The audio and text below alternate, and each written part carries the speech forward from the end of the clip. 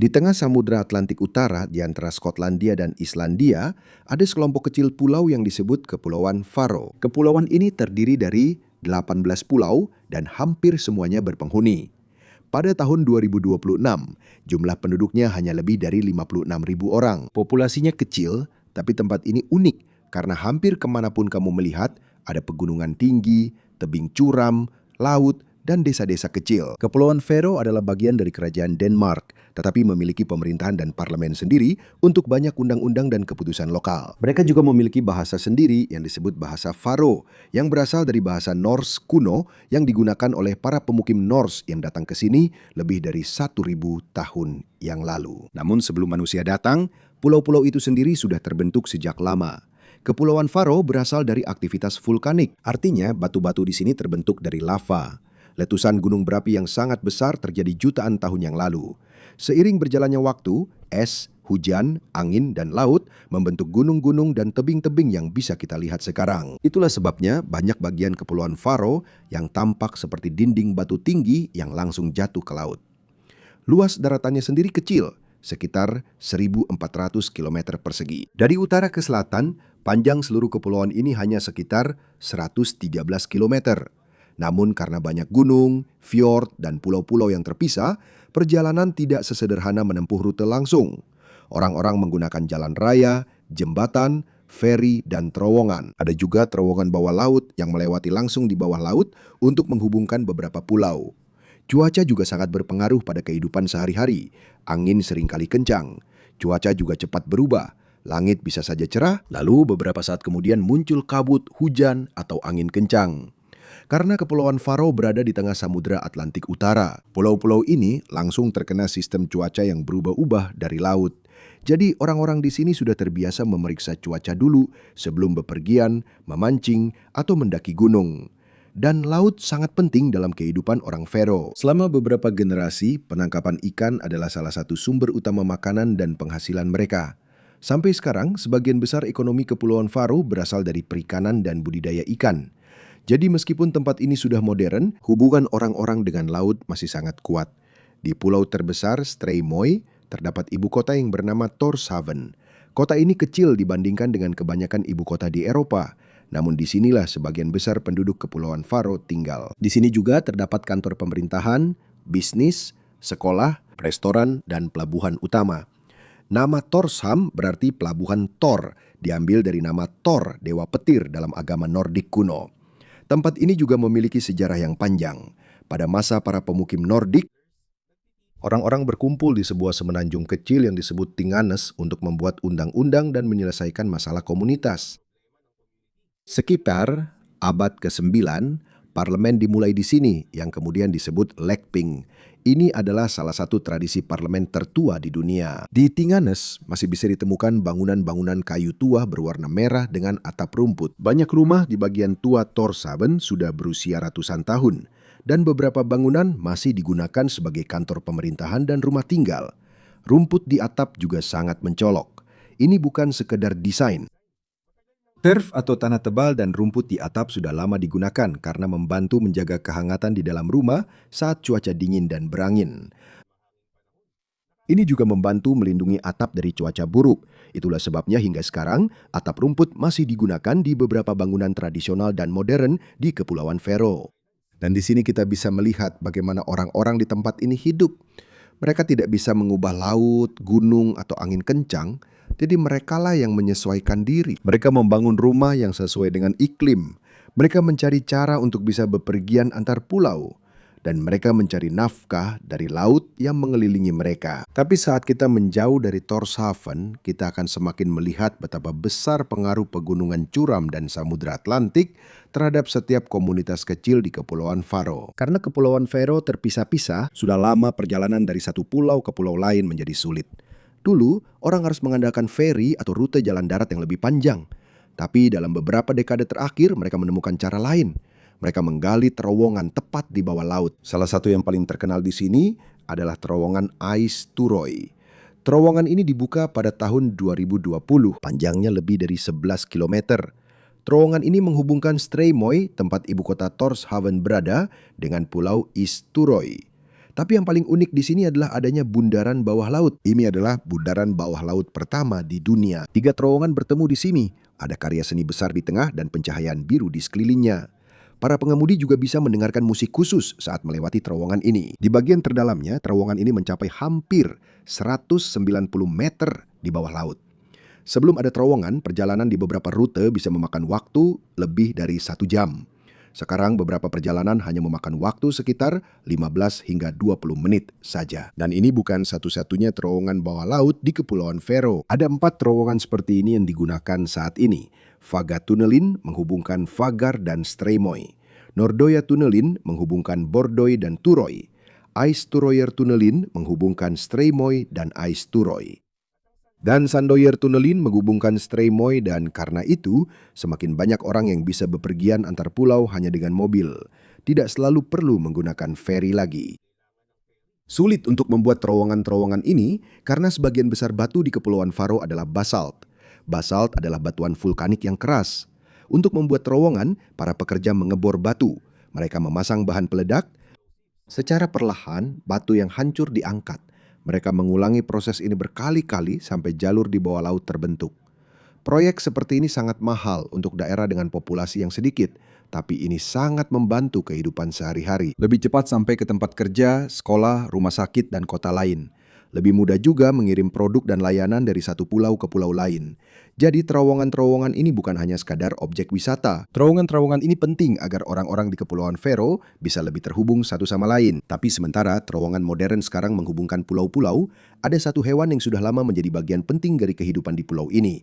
Dan itu adalah domba. Bahkan nama Kepulauan Faroe, nama Faroe sendiri, biasanya dijelaskan sebagai Pulau Domba. Domba sudah ada di pulau-pulau ini lebih dari 1.000 tahun, sejak zaman para pemukim Norse. Domba sangat penting dulu karena menyediakan daging dan wool. Wool digunakan untuk membuat pakaian yang dibutuhkan di iklim yang dingin dan berangin. Selama berabad-abad, wool juga menjadi salah satu produk terpenting yang dijual Kepulauan Faroe ke tempat lain. Ada pepatah lama di sini yang artinya wool adalah emasnya Faroe. Sampai sekarang masih lebih banyak domba daripada manusia di Kepulauan Faroe. Diperkirakan ada sekitar 70.000 domba. Domba Faroe kecil tapi kuat. Mereka terbiasa dengan cuaca dingin, angin kencang, dan pegunungan yang curam. Biasanya mereka bebas merumput di padang rumput yang luas. Kamu bisa melihat mereka di pinggir jalan di pegunungan dan kadang-kadang dekat dengan desa-desa. Wool tidak lagi sepenting dulu dalam ekonomi karena sekarang ada lebih banyak kain murah di pasar global. Namun tradisi merajut masih hidup di Kepulauan Faroe. Orang-orang masih membuat sweater, topi, dan pakaian lain menggunakan wool. Dan bagi banyak orang Faroe, ini bukan sekadar cara lama membuat pakaian. Ini adalah bagian dari budaya mereka. Jadi di Kepulauan Faroe, kamu bisa melihat 2 zaman yang berbeda hidup berdampingan. Di bawah laut ada terowongan modern yang dibangun dengan rekayasa canggih. Sementara di atas gunung ada domba-domba yang tampak seperti tidak berubah selama berabad-abad. Dan keduanya menunjukkan bagaimana orang-orang belajar hidup di tempat yang dipisahkan oleh laut dan dibentuk oleh cuaca yang ekstrim. Sampai sekarang masih hidup di Kepulauan Faroe sebuah tradisi lama yang disebut tarian berantai Faroe. Dalam tarian ini orang-orang saling berpegangan tangan sambil bergerak bersama dan menyanyikan cerita-cerita panjang. Tidak diperlukan alat musik, hanya suara dan gerakan orang-orang yang digunakan. Lagu-lagu ini disebut balada. Banyak dari cerita tersebut berkisah tentang raja, pejuang, cinta, dan peristiwa-peristiwa yang berasal dari budaya Norse kuno. Tarian berantai sangat penting karena membantu melestarikan cerita dan bahasa Kepulauan Faroe selama berabad-abad. Bahasa utama di sini adalah bahasa Faroe. Ini adalah bahasa Jermanik Utara yang berasal dari bahasa Norse kuno, bahasa yang dibawa oleh para pemukim Norse lebih dari 1.000 tahun yang lalu. Selama waktu yang lama, bahasa Denmark adalah yang utama digunakan di sekolah dan gereja. Sementara itu, bahasa Faroes terus digunakan oleh masyarakat di rumah, dalam percakapan sehari-hari, dan dalam lagu-lagu. Pada tahun 1846, Wenceslaus Hammershaimb membuat standar cara penulisan bahasa Faroes. Ini sangat membantu agar ada satu cara penulisan dan pengajaran bahasa tersebut. Pada tahun 1938, bahasa Faroes dan Denmark menjadi setara di sekolah-sekolah dan gereja-gereja. Dan pada tahun 1948, bahasa Faroes menjadi bahasa utama. Sampai sekarang, bahasa Faroes digunakan oleh sebagian besar orang dalam kehidupan sehari-hari. sedangkan bahasa Denmark adalah bahasa resmi kedua dan juga diajarkan di sekolah. Jadi, tarian berantai bukan hanya sekedar tarian sederhana. Ini juga merupakan cara untuk mewariskan lagu-lagu lama, cerita, dan bahasa Faro kepada generasi berikutnya. Dari budaya masyarakatnya, sekarang mari kita menuju salah satu pulau paling terkenal di utara, yaitu Kalsoy. Pulau ini panjang dan sempit, dipenuhi dengan pegunungan tinggi. Ada 4 desa kecil di sini dan populasinya sangat sedikit. Sebuah jalan sepanjang kurang lebih 17 km membentang dari Sidra Dalur di selatan hingga Trolanes di utara. Di jalan ini kamu akan melewati 4 terowongan yang dibangun di dalam gunung. Beberapa bagian jalan dan terowongan ini cukup sempit, jadi para pengemudi harus sangat berhati-hati. Di bagian paling utara Kalsoy terdapat mercusuar Kalor. Mercusuar ini memang kecil, tapi tempat ini terkenal karena pemandangannya. Dari sini, kamu bisa melihat pegunungan hijau yang tinggi dengan lereng yang jatuh curam langsung ke Samudra Atlantik. Untuk sampai ke Mercusuar, kamu harus pergi dulu ke desa Trolanes dan berjalan kaki naik ke gunung. Jika cuaca sedang bagus, kamu bisa melihat beberapa pulau terdekat dari sini. Tapi cuaca di Kalsoy bisa cepat berubah. Kabut bisa tiba-tiba muncul, hujan, atau angin kencang. Kalsoy juga semakin terkenal setelah tempat ini digunakan untuk pembuatan film James Bond berjudul No Time to Die yang dirilis pada tahun 2021. Ada bagian dari film yang diambil dekat Kalor. Setelah syuting selesai, komunitas lokal membuat sebuah memorial kecil seperti batu nisan untuk James Bond sebagai kenang-kenangan dari film tersebut. Namun sebelum kru film dan turis datang, gunung-gunung, terowongan, dan laut di Kalsoy sudah lama menjadi bagian dari kehidupan sehari-hari para penduduk. Dan seperti bagian lain di Kepulauan Faro, jelas terlihat di sini bagaimana orang-orang belajar beradaptasi di tempat yang sulit dan penuh tantangan. Alih-alih membiarkan gunung dan laut memisahkan mereka, mereka membangun jalan dan terowongan. Dan meskipun teknologi di sekitar mereka terus berkembang, mereka tetap mempertahankan bahasa, lagu, dan tradisi yang diwariskan dari generasi sebelumnya. Di Kepulauan Faro, bukan hanya budaya dan terowongan yang penting dalam kehidupan masyarakatnya. Sebagian besar mata pencaharian mereka juga berasal dari laut. Tanah di Kepulauan Faro kecil dan tidak memiliki lahan pertanian yang luas. Mereka juga tidak memiliki industri minyak yang besar. Namun, laut di sekitarnya sangat kaya akan ikan. Itulah sebabnya selama berabad-abad, perikanan menjadi pekerjaan utama bagi banyak orang Faro. Hingga sekarang, perikanan dan budidaya ikan masih menjadi bagian terpenting dari ekonomi mereka. Lebih dari 90% nilai produk yang diekspor oleh Kepulauan Faro berasal dari ikan dan makanan laut. Termasuk diantaranya cod, hedok, herring, makarel, dan terutama salmon Atlantik. Industri budidaya salmon di sini sangat besar.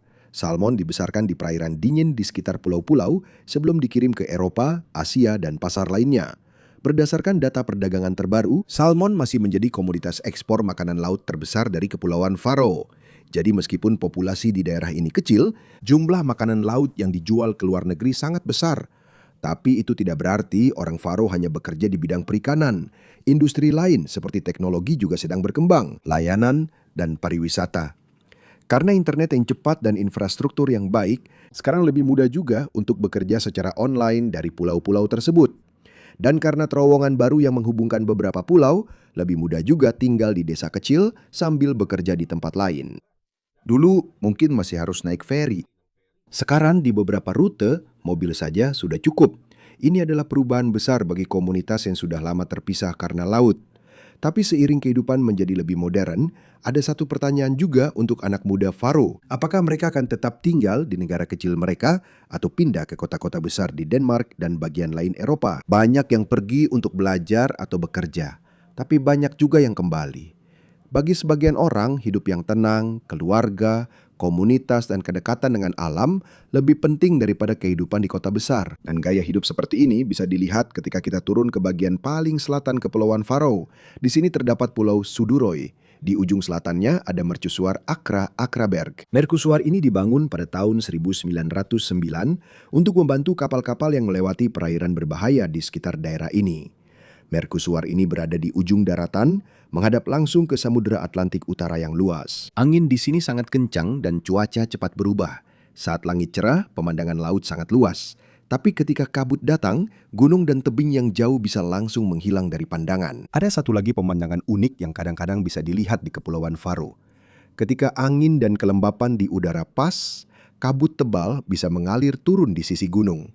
bentuknya seperti air terjun, tapi yang jatuh adalah awan dan kabut, bukan air. Itu terjadi ketika angin mendorong udara basah dan dingin naik ke gunung. Setelah melewati puncak, kabut itu mengalir turun ke sisi lainnya. Karena kabutnya tebal, terlihat seperti air putih yang jatuh dari tebing. Tapi sejarah panjang Kepulauan Faroe tidak hanya bisa ditemukan di ujung-ujung pulau. Dekat Tórshavn ada sebuah desa yang bernama Kirkjubur. Ini adalah salah satu tempat bersejarah terpenting di negara ini. Pada abad pertengahan, tempat ini menjadi pusat gereja dan kehidupan religius di Kepulauan Faroe. Di sini terdapat reruntuhan Katedral Magnus dan Olavskirkjan yang kecil, sebuah gereja tua yang masih digunakan sampai sekarang. Namun bangunan yang paling terkenal di sini adalah Kirkjubur Gardur. Ini adalah rumah pertanian kayu yang sangat tua dengan beberapa bagian yang berusia lebih dari 900 tahun. Bagian tertuanya disebut Roikstofan. Tempat ini dianggap sebagai salah satu rumah kayu tertua di dunia yang masih dihuni hingga sekarang. Keluarga yang sama telah tinggal di sini selama 17 generasi. Artinya, sementara Eropa berubah, saat terjadi perang, muncul negara baru dan teknologi baru, kehidupan di rumah pertanian ini tetap berjalan. Tentu saja, bukan berarti semuanya masih sama seperti pada tahun 1100-an. Orang-orang yang tinggal di sini sekarang juga sudah menjalani kehidupan modern. Namun rumah ini tetap menjadi bagian nyata dari keluarga mereka dan sejarah mereka, bukan sekadar pajangan museum. Dan disinilah menjadi jelas mengapa Kepulauan Faroe begitu unik. Negara ini kecil dan jauh dari kota-kota besar di Eropa. Tapi itu tidak berarti mereka tertinggal zaman. Mereka membangun terowongan di bawah laut. Ada industri perikanan modern dan internet cepat. Ada pemerintahan dan bisnis modern. Namun bersamaan dengan itu, bahasa Faroe, tarian berantai, peternakan domba, dan rumah-rumah yang telah digunakan selama berabad-abad masih tetap hidup. Mereka tidak perlu memilih apakah mereka modern atau tradisional. Mereka menjalani keduanya. Dan mungkin itulah alasan terpenting mengapa Kepulauan Faroe tetap unik. Orang-orang di sini telah belajar bagaimana menggunakan teknologi baru tanpa harus melupakan siapa diri mereka. Di tempat yang dipisahkan oleh gunung dan laut, mereka membuat pulau-pulau ini lebih mudah terhubung. Di tempat yang lahannya untuk bertani sangat sedikit, mereka menjadikan laut sebagai sumber penghidupan. Dan sementara dunia di luar berubah dengan cepat, mereka terus mempertahankan bahasa mereka, tradisi dan komunitas yang telah terbentuk di pulau-pulau ini selama lebih dari 1.000 tahun. Di akhir kisah Kepulauan Faroe, ada satu hal penting yang harus dipahami. Pulau-pulau ini terpencil, populasinya kecil, cuaca sering berubah-ubah, dan tidak mudah untuk hidup di tengah Samudra Atlantik Utara. Tapi itu tidak berarti orang-orang di sini ingin pergi. Faktanya, populasi Kepulauan Faroe terus bertambah. Pada tahun 2026, lebih dari 55.000 orang akan tinggal di sini. Jumlah ini lebih banyak dibandingkan dekade-dekade sebelumnya. Ini menunjukkan bahwa meskipun banyak orang Faroe yang pergi dulu untuk belajar atau bekerja di Denmark dan negara lain, banyak juga yang memilih untuk kembali atau tetap tinggal. Salah satu alasan utamanya adalah gaya hidup yang mereka jalani. Komunitasnya kecil, jadi orang-orang lebih sering saling mengenal, keluarga lebih dekat, dan karena jarak ke banyak tempat juga pendek, kamu bisa cepat sampai dari rumah ke tempat kerja, sekolah, atau laut. Bukan berarti hidup di sini itu sempurna. Harga beberapa produk tinggi karena harus didatangkan dari negara lain. Beberapa pekerjaan juga terbatas dibandingkan dengan kota-kota besar di Eropa. Dan jika membutuhkan perawatan medis khusus atau pendidikan yang tidak tersedia di pulau-pulau, ada orang-orang yang harus pergi ke Denmark. Tapi seiring Kepulauan Faroe menjadi lebih modern, beberapa masalah akibat keterpencilan mulai berkurang. Ada internet cepat, ada rumah sakit dan sekolah modern, ada universitas sendiri, ada bandara, feri, dan terowongan. Dan ada pemerintah yang secara langsung membuat banyak keputusan untuk kebutuhan pulau-pulau tersebut sendiri. Kepulauan Faroe masih merupakan bagian dari kerajaan Denmark, tapi mereka memiliki kekuasaan sendiri yang luas. Pemerintah Kepulauan Faroe yang mengatur banyak hal seperti perikanan, pajak, bisnis, transportasi, pendidikan, budaya, dan layanan sosial. Artinya, meskipun populasinya kecil, banyak keputusan tentang kehidupan sehari-hari dibuat langsung di Kepulauan Faroe. Ini penting karena situasi mereka berbeda dibandingkan dengan Denmark. Ekonominya berbeda, geografinya juga berbeda. Dan masalah-masalah yang harus dipecahkan juga berbeda ketika negaramu terdiri dari pulau-pulau kecil di tengah Samudra Atlantik. Jadi, meskipun mereka adalah bagian dari kerajaan Denmark yang lebih besar, identitas orang-orang Faroe tetap jelas. Mereka punya bendera sendiri, mereka punya parlemen sendiri, mereka punya bahasa sendiri. Dan mereka punya budaya yang tidak perlu mereka tinggalkan hanya untuk menjadi modern. Ini juga salah satu alasan mengapa gagasan tentang rumah sangat penting di Kepulauan Faro. Ini bukan hanya tentang rumah. Ini juga mencakup tempat, keluarga, bahasa, dan komunitas. Ketika kamu tumbuh di desa kecil di mana kamu mengenal banyak orang, hubunganmu dengan tempat itu menjadi berbeda. Kamu tahu gunung mana yang ada di belakang rumah. Kamu tahu dari mana angin kencang berasal. Kamu tahu jalan mana yang bisa ditutup saat cuaca buruk. Dan kamu juga tahu siapa yang harus dihubungi saat kamu butuh bantuan. Hal ini tidak mudah diukur dengan uang. Jadi bagi beberapa anak muda Faroes yang pernah merasakan hidup di Copenhagen atau kota besar lainnya, ada alasan untuk kembali. Mungkin ada lebih banyak pekerjaan dan hiburan. Tapi di Kepulauan Faroe, lebih mudah untuk dekat dengan keluarga, alam, dan komunitas. Dan itu juga tidak berarti mereka harus hidup seperti nenek moyang mereka. Ada pekerjaan modern, ada perusahaan internasional, ada musisi, desainer, profesional di bidang perangkat lunak, dan peneliti. Ada orang-orang yang bekerja secara online untuk perusahaan di luar negeri sambil tetap tinggal di Kepulauan Faro. Jadi, tidak perlu selalu memilih antara kehidupan modern dan komunitas pulau kecil. Bisa memiliki keduanya. Ada satu kata dalam bahasa Faro yang sering digunakan untuk menggambarkan perasaan nyaman saat suasana tenang, aman, dan bersama orang-orang terdekatmu. Kata itu adalah hupmi. Ini seperti kebahagiaan dan kenyamanan sederhana yang tidak membutuhkan acara besar. Bisa berupa makan bersama keluarga, minum kopi saat cuaca buruk di luar, atau sekedar duduk di rumah sambil mendengarkan angin dan hujan. Ini bukanlah ide yang aneh yang hanya bisa ditemukan di Kepulauan Faro, tapi lebih mudah dipahami mengapa hal ini penting di tempat di mana cuaca sering memaksa orang untuk tetap di dalam rumah dan berkumpul bersama. Dan mungkin disinilah juga terlihat mengapa begitu banyak tradisi lama tetap hidup di pulau-pulau ini. Bukan karena mereka tidak mau berubah, tapi karena ada hal-hal yang tidak perlu dihilangkan ketika teknologi baru datang. Bisa saja membuat terowongan bawah laut dan tetap memakai sweater wol rajutan. Bisa juga menggunakan smartphone dan tetap berbicara dalam bahasa Faroe. Bisa bekerja di kantor modern dan tetap ikut tarian berantai saat ada pertemuan. Tidak perlu menghapus cara hidup lama untuk mengikuti dunia modern. Dan itu adalah salah satu hal yang paling jelas terlihat di Kepulauan Faro. Di banyak negara, ketika suatu tempat menjadi lebih modern, komunitas kecil perlahan-lahan menghilang dan orang-orang pindah ke kota-kota besar. Di Kepulauan Faro, perubahan juga terjadi. Tapi mereka menggunakan infrastruktur baru untuk mempermudah orang tetap tinggal di desa-desa kecil. Terowongan tidak hanya mempercepat perjalanan, ini bisa membuat sebuah keluarga tetap tinggal di pulau kecil, sementara salah satu anggotanya bekerja di kota yang lebih besar. Internet cepat tidak hanya untuk hiburan. Ini memungkinkan orang melakukan pekerjaan yang dulu mengharuskan mereka pindah ke negara lain. Jadi, dengan cara yang unik, Kepulauan Faro menggunakan teknologi modern untuk melindungi komunitas-komunitas kecilnya. Tidak semua orang akan tetap tinggal. Tidak semua orang ingin hidup di pulau kecil, dan seiring ekonomi dan iklim berubah, akan ada masalah-masalah baru yang akan datang. Tapi jelas bahwa keterpencilan sekarang tidak lagi seperti dulu. Kepulauan Faro bukan lagi sekadar kumpulan pulau yang terpisah oleh laut. Mereka sekarang lebih terhubung daripada sebelumnya. Namun, setiap tempat tetap mempertahankan identitasnya sendiri. Jadi, jika ada satu hal yang bisa dilihat dari seluruh kisah Kepulauan Faro, itu bukan tentang ketenangan atau keterpencilan dari dunia. Alasan mengapa pulau-pulau ini unik sebenarnya lebih sederhana. Orang-orang di sini telah belajar bagaimana menjalani hidup dengan baik di tempat yang mereka miliki. Mereka tidak bisa memindahkan gunung. Mereka tidak bisa menghentikan angin. Mereka tidak bisa memindahkan pulau-pulau ini lebih dekat ke Eropa. Jadi mereka menemukan cara untuk hidup dengan semua itu.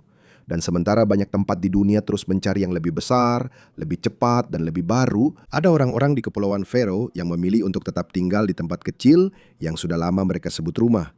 Bukan karena mereka tidak punya tempat lain untuk pergi, tetapi karena bagi mereka, hidup yang mereka miliki di sini sudah cukup.